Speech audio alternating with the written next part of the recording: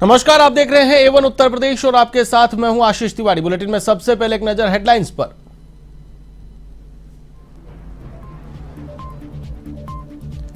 Supreme court का लखीमपुर खीरी हिंसा के आरोपी की बेल पर बड़ा फैसला। मंत्री पुत्र आशीष मिश्रा की जमानत की रद्द, 1 हफ्ते में सरेंडर करने का दिया आदेश।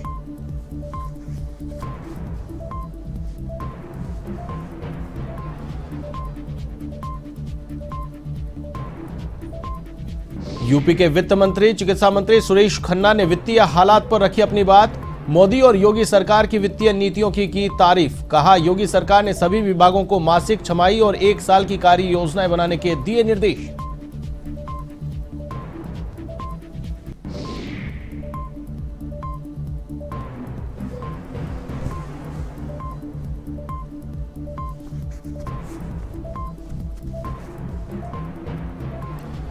बीजेपी विधायक योगेश वर्मा के ड्राइवर ने 2 बाइक सवारों को कुचला। बहराइच हाईवे पर दोनों की हादसे में दर्दनाक मौत। नशे में बताया जा रहा था आरोपी ड्राइवर।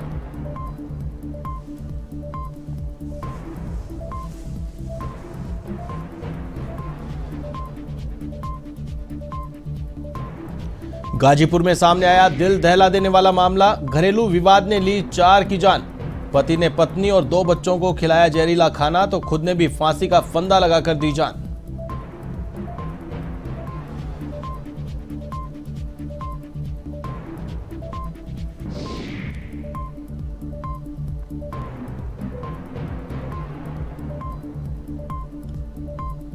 बुलंदशहर में पुलिस और बदमाशों के बीच मुठभेड़। गोली लगने से इनामी बदमाश सुलेमान गिरफ्तार। दूसरा बदमाश फरार। वारदात की फिराक में थे बदमाश।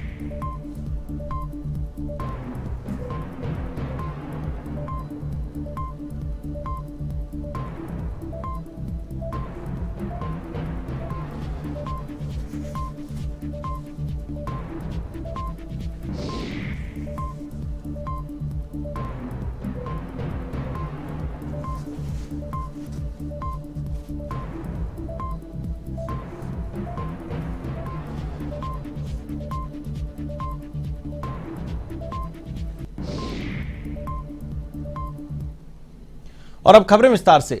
पंजाब के रूपनगर में सोमवार को सड़क हादसे में एक ही परिवार के 7 लोगों की मौत हो गई। जानकारी के मुताबिक निजी बस की टक्कर लगने के बाद एक कार भाखड़ा नहर में गिर गई। हादसे में 2 महिलाओं और 3 बच्चों समेत 7 लोगों की मौत हो गई। दिल दहला देने वाला यह हादसा घनौली के पास अहमदपुर वाले पुल पर हुआ है। रूपनगर के पास स्थित पुल पर निजी बस ने ओवरटेक करते हुए क्रेटा कार को टक्कर मार दी। टक्कर लगने से चालक नियंत्रण खो बैठा और कार रेलिंग तोड़ती हुई भाखड़ा नहर में जा गिरी। राजस्थान नंबर की क्रेटा कार को हाइड्रा मशीन की मदद से नहर से बाहर निकाला गया, साथ ही शवों को भी निकाला गया। सभी मृतक सीकर के गांव बोरिया के निवासी बताए जा रहे हैं। फिलहाल पुलिस ने बस को जब्त कर लिया है और जांच पड़ताल शुरू कर दी है।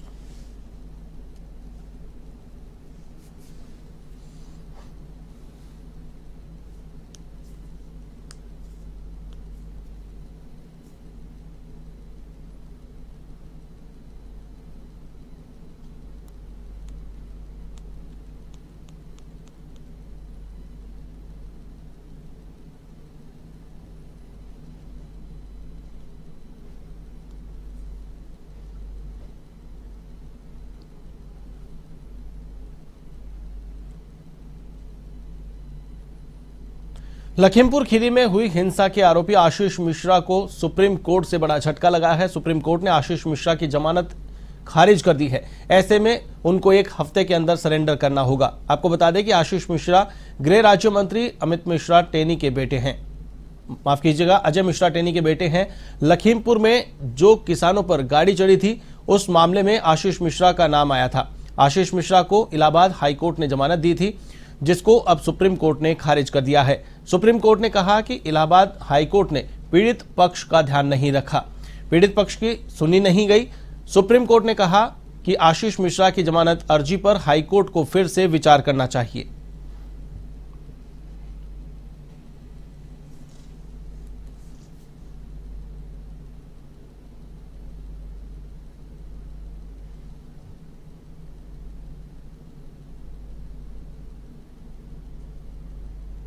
लखनऊ में वित्त, संसदीय मामलों और चिकित्सा शिक्षा विभाग के कैबिनेट मंत्री सुरेश खन्ना ने भाजपा कार्यालय पर प्रेस कॉन्फ्रेंस की और प्रदेश की अर्थव्यवस्था से जुड़े मुद्दों पर चर्चा कर सवालों के जवाब दिए। आपको बता दें कि योगी आदित्यनाथ सरकार 2 के गठन के बाद से प्रदेश मंत्रिमंडल लगातार हरकत में है।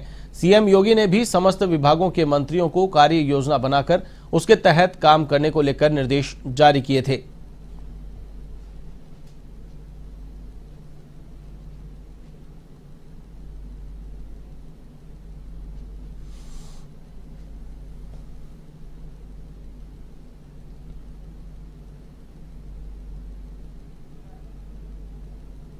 आज की इस प्रेस वार्ता में हम आप सभी प्रेस प्रतिनिधियों का स्वागत और अभिनंदन करते हैं। इन 5 वर्षों में उत्तर प्रदेश कहां पर खड़ा है वित्तीय प्रबंधन की स्थिति में, वित्तीय स्थिति में, जिसकी एक झलक हम आपके समक्ष प्रस्तुत करेंगे। कोरोना के बावजूद उत्तर प्रदेश ने काफी बेहतर फाइनेंशियल मैनेजमेंट किया है और जो हमारी उपलब्धि है वो हम आपके सामने वर्णन करेंगे। जो सबसे पहले किसी भी सरकार का आकलन उसकी जीएसटीपी से आंका जाता है। जब हमारी सरकार आई थी उस समय वर्ष 16-17 में उत्तर प्रदेश की जीएसडीपी 12,47,000 करोड़ रुपया थी, 12.47 लाख करोड़ रुपए थी। वर्तमान में हमारी जीएसडीपी 17,49,469 लाख करोड़ रुपए पर पहुंची है। ये 5 वर्ष में जो इजाफा हुआ है लगभग 40% का इजाफा हुआ है और ये हमारे लिए एक संतोष की बात है कि हमने तमाम विपरीत स्थितियों को फेस करते हुए अपनी जीएसडीपी को बेहतर प्रबंधन के आधार के ऊपर इस वृद्धि तक। महाराजगंज में नए एसपी डॉक्टर कौस्तुभ ने पदभार संभाल लिया है। इस दौरान पुलिस अधीक्षक एक्शन मोड में नजर आए। पुलिस अधीक्षक ने पदभार संभालने के तुरंत बाद जिले की कानून व्यवस्था की जानकारी ली। साथ ही मीडिया को अपराध नियंत्रण के लिए किए जाने वाले कार्यों की जानकारी भी दी गई।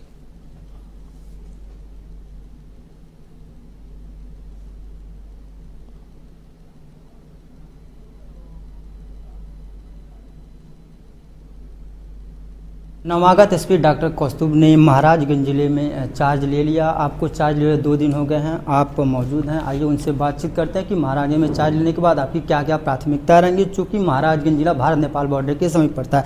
सर, सबसे पहले तो आपका A1 टीवी चैनल पर स्वागत है और खास महाराज में आपकी नियुक्ति हुई उसके लिए भी आपको हार्दिक शुभकामनाएं। सर बहुत बहुत धन्यवाद और आपके चैनल के माध्यम से तथा आपके जितने भी व्यूअर्स हैं उनके माध्यम से ये बात पूरी महाराजगंज पुलिस की टीम पहुंचाना चाहेगी कि हम सभी जो हैं लगातार पब्लिक सेंट्रिक पुलिसिंग करने का प्रयास कर रहे हैं और आगे भी करेंगे। क्राइम पे भी अच्छा काम लगातार करती आई है महाराजगंज पुलिस, जो आगे कंटिन्यूड रहेगी।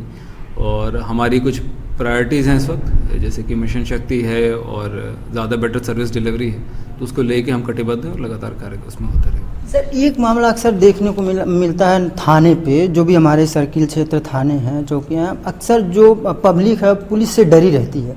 तो आपके आने के बाद से क्या कुछ अलग होगा ताकि जो पुलिस और पब्लिक का एक तालमेल है वो ख़त्म हो और दोनों के बीच समान समन्वय हो सके और पब्लिक जो है पुलिस से डरे ना? देखिए, पब्लिक को पुलिस से कभी भी डरना नहीं चाहिए, जो अपराधी हैं वही डरें। और दूसरी बात ये है कि हमारे थाने चौकी पहले से काफ़ी ज़्यादा सेंसिटाइज हुए हैं और हम और उसे सेंसिटाइज करने का प्रयास करेंगे, सॉफ्ट स्किल देने का प्रयास करेंगे।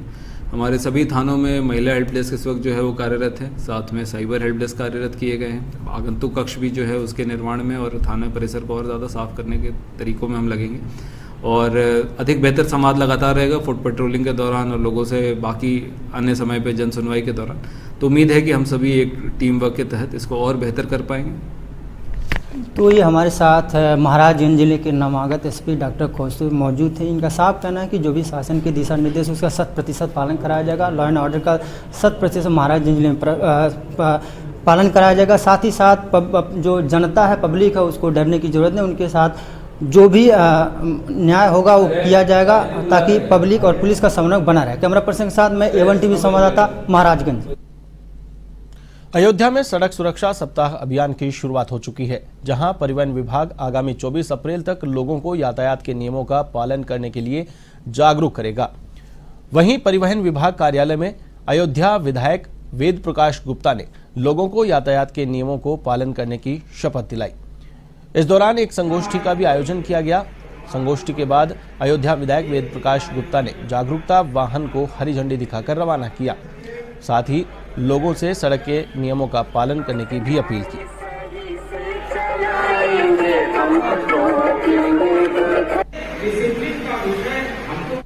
पूरे प्रदेश के अंदर सड़क सुरक्षा सप्ताह का शुभारंभ किया गया है और माननीय योगी जी की सरकार, भारतीय जनता पार्टी की सरकार उत्तर प्रदेश में बहुत संवेदनशील सरकार है। जनता के प्रति हर क्षेत्र में इस बात का विशेष तौर से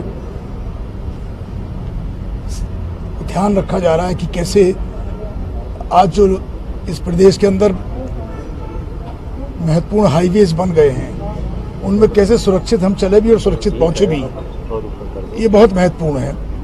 इतनी अच्छी सड़कें बन गई हैं, इतनी अच्छी सब सुविधाएं हो रही हैं, तो उसके साथ साथ सुरक्षा भी बहुत महत्वपूर्ण है कि कैसे सुरक्षित पहुंचे। तो सड़क सुरक्षा सप्ताह का उद्देश्य यही है कि हम सुरक्षित करें, हम लोगों को जागृत करें। शाहजहांपुर में राष्ट्रीय सड़क सुरक्षा सप्ताह अभियान का शुभारंभ किया गया। अभियान का आगाज Bareilly zone DTC ML Chaurasia और जिला पंचायत अध्यक्ष ममता यादव ने प्रचार वाहन को हरी झंडी दिखाकर रवाना किया। इस दौरान ML चौरसिया ने कहा कि वाहन चालकों को विशेष सावधानियां बरतनी चाहिए, जिससे कि सड़कों पर चलने के दौरान होने वाले हादसों में कमी लाई जा सके। RTO शांति भूषण पांडे ने कहा कि सड़क सुरक्षा हमारे जीवन के लिए विशेष उपयोगी है। वाहन चलाने के दौरान हेलमेट का प्रयोग और सीट बेल्ट का प्रयोग नियमित तौर पर करना चाहिए, जिससे कि हादसे के दौरान अपने आप को सुरक्षित रखा जा सके और जीवन को सुरक्षित बचाया जा सके।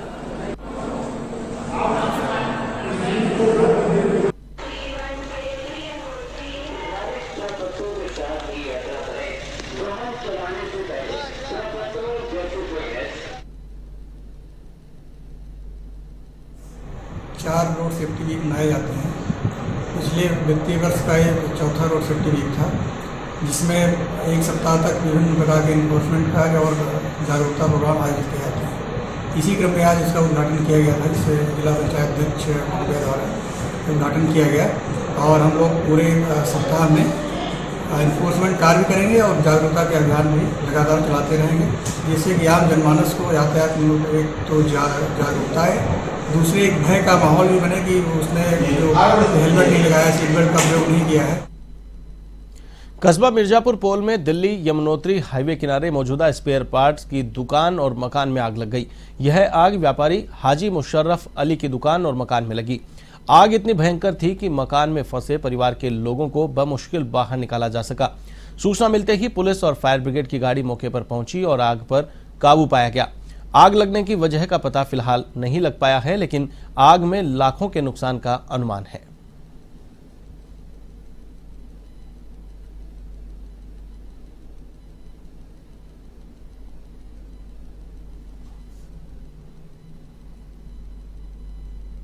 यूपी के गाजीपुर में दिल दहला देने वाला मामला सामने आया है।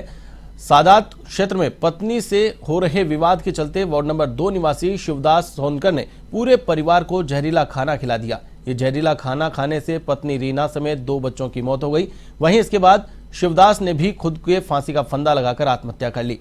इस खौफनाक कांड ने पूरे क्षेत्र में सनसनी फैला दी। वहीं घटना की सूचना मिलने के बाद पुलिस ने चारों शवों को अस्पताल की मोर्चरी में रखवाया। फिलहाल पुलिस ने मामले की जांच पड़ताल शुरू कर दी है।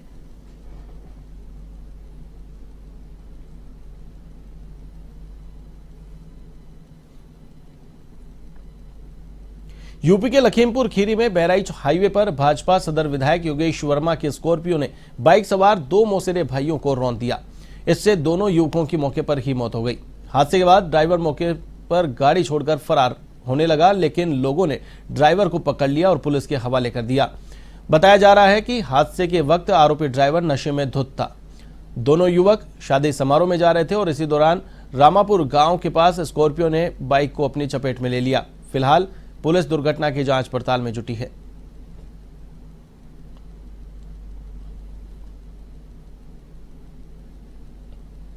थाना कोतवाली क्षेत्र के बहराइच हाईवे पर एक मोटरसाइकिल और स्कॉर्पियो वाहन का आमने सामने टक्कर हो गई है। इस एक्सीडेंट में मोटरसाइकिल सवार दोनों व्यक्तियों की मृत्यु हो गई है। जिस स्कॉर्पियो से ये एक्सीडेंट हुआ था वो सदर विधायक जी का बताया जा रहा है। स्कॉर्पियो वाहन को और वाहन के चालक को पुलिस ने अपने कब्जे में ले लिया है। मृतकों के परिजनों से तहरीर प्राप्त करके आगे की विधिक कार्रवाई की जाएगी।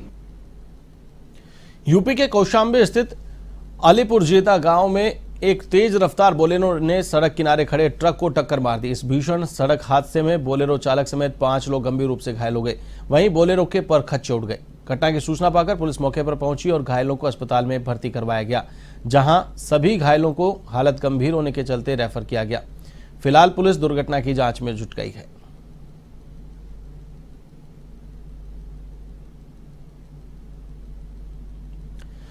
रुक करेंगे अगली खबर की ओर। खबर यूपी के बिजनौर से है, जहां बुढ़ापुर खो नदी में पैर फिसलकर गिरने से एक बच्चे की मौत हो गई। ग्रामीणों का आरोप है कि नदी में खनन माफियाओं की ओर से गहरे गड्ढे किए गए थे, जिसमें गिरकर डूबने से बच्चे की मौत हो गई है। घटना के बाद परिजनों में कोहराम मच गया। फिलहाल पुलिस मामले की जांच पड़ताल में जुट गई है।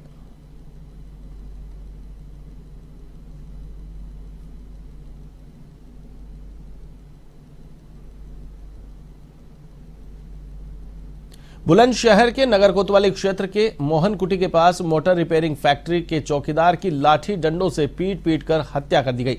सूचना पर पहुंची पुलिस ने मामले की पड़ताल शुरू कर दी है। दरअसल चावली निवासी नरपत सिंह पुत्र विष्णु नलकूप मोटर रिपेयरिंग फैक्ट्री में चौकीदार था, जहां उसकी हत्या की गई। फिलहाल पुलिस फैक्ट्री पर तैनात अन्य चौकीदारों से पूछताछ में जुटी है।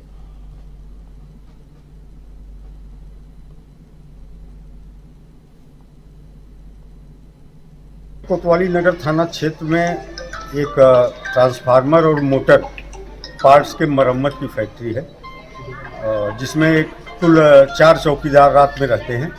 2 गनमैन हैं, 2 साल बिना डंडे के रहते हैं, 2 डंडे के साथ रहते हैं। उनमें से एक चौकीदार की संदिग्ध परिस्थितियों में मौत हुई है। सिर पे डंडे या कोई इसी तरह हार्ड ब्लंट ऑब्जेक्ट की चोट है और सामने लगभग 15 मीटर की दूरी पे एक ऊंचाई पे दूसरा इनमें गनमैन मौजूद था। उसे भी पता नहीं चला कुछ, जैसा कि वो बता रहा है। मेन गेट पे चौकीदार थे, आने का कोई रास्ता नहीं है। तो फिलहाल हम सारे तथ्यों की गहराई से छानबीन जांच कर रहे हैं कि ये चौकीदारों के बीच का आपस का कोई मामला है या कोई चोरी की घटना से संबंधित मामला है, यदि कोई सामान की चोरी याद नहीं हुई है। CCTV कैमरे लगे हुए हैं, कुल 8 कैमरे परिसर में हैं, उन्हें भी देखने का प्रयास किया जाए। यूपी के बुलंदशहर में नरसेना थाना पुलिस और बाइक सवार बदमाशों के बीच मुठभेड़ हो गई, जिसमें एक बदमाश पुलिस की गोली लगने से घायल हो गया, जबकि उसका एक साथी मौके से फरार हो गया। वहीं 25,000 का इनामी बदमाश सुलेमान भी पुलिस के हत्थे चढ़ गया। पुलिस के मुताबिक सुलेमान अवैध असलाह के साथ अपने साथियों का इंतजार कर रहा था, जिसे पुलिस ने धर दबोचा। ये तीनों बदमाश किसी वारदात को अंजाम देने के फिराक में थे। फिलहाल पुलिस आरोपियों से पूछताछ में जुट गई है।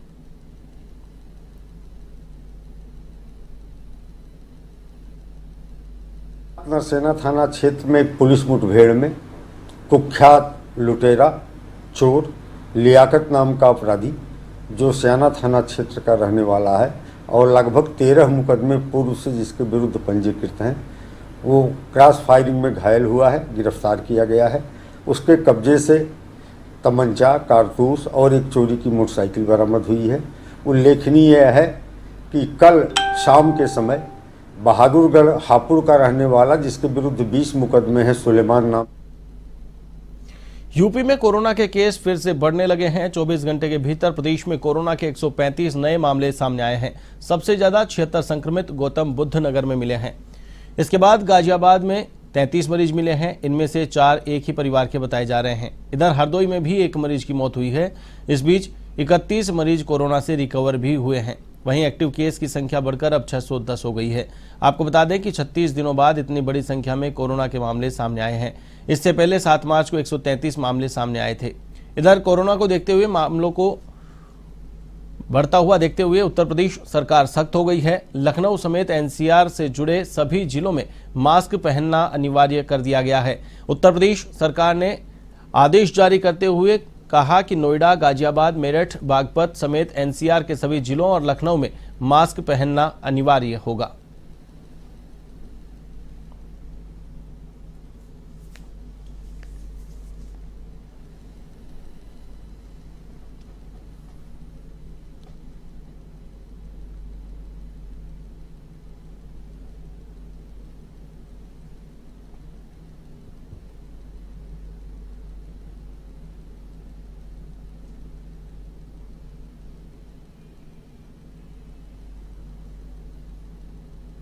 यूपी के जल शक्ति मंत्री स्वतंत्र देव सिंह ने लखनऊ में नमामि गंगे विभाग के अधिकारियों के साथ बैठक की और प्रदेश के सभी मंडलों में चल रही परियोजनाओं की समीक्षा की। तो वहीं इस दौरान अधिकारियों को सभी काम समय पर पूरा करने के निर्देश भी दिए गए।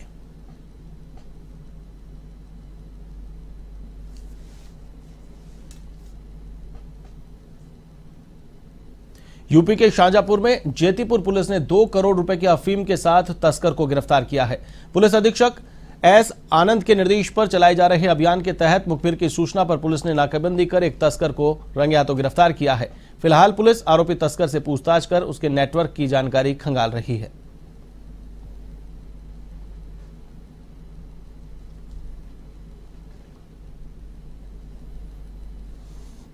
थाना जैतीपुर पुलिस को मादक पदार्थों की तस्करी करने वाले गिरोह के विरुद्ध जो कार्रवाई चल रही है उसके क्रम में महत्वपूर्ण सफलता प्राप्त हुई है। उसके द्वारा हाकिम यादव नाम के एक अभियुक्त को गिरफ्तार किया गया है जो मूलतः थाना गढ़िया रंगीन क्षेत्र का रहने वाला है और इसके संबंध में अभी सूचना प्राप्त हो रही थी कि ये अफीम की तस्करी कर रहा है। आज सटीक सूचना पर मुखबिर के द्वारा दी गई इस पे थाना जैतीपुर की पुलिस द्वारा इसको गिरफ्तार किया गया। इसके कब्जे से 2 किलोग्राम अफीम बरामद हुई है जिसकी अंतर्राष्ट्रीय कीमत लगभग 2 करोड़ रुपए है। बुलेटिन में फिलहाल के लिए बस इतना ही। मुझे दीजिए इजाजत। देश और दुनिया की तमाम खबरों के लिए आप देखते रहिए A1 टीवी। नमस्कार।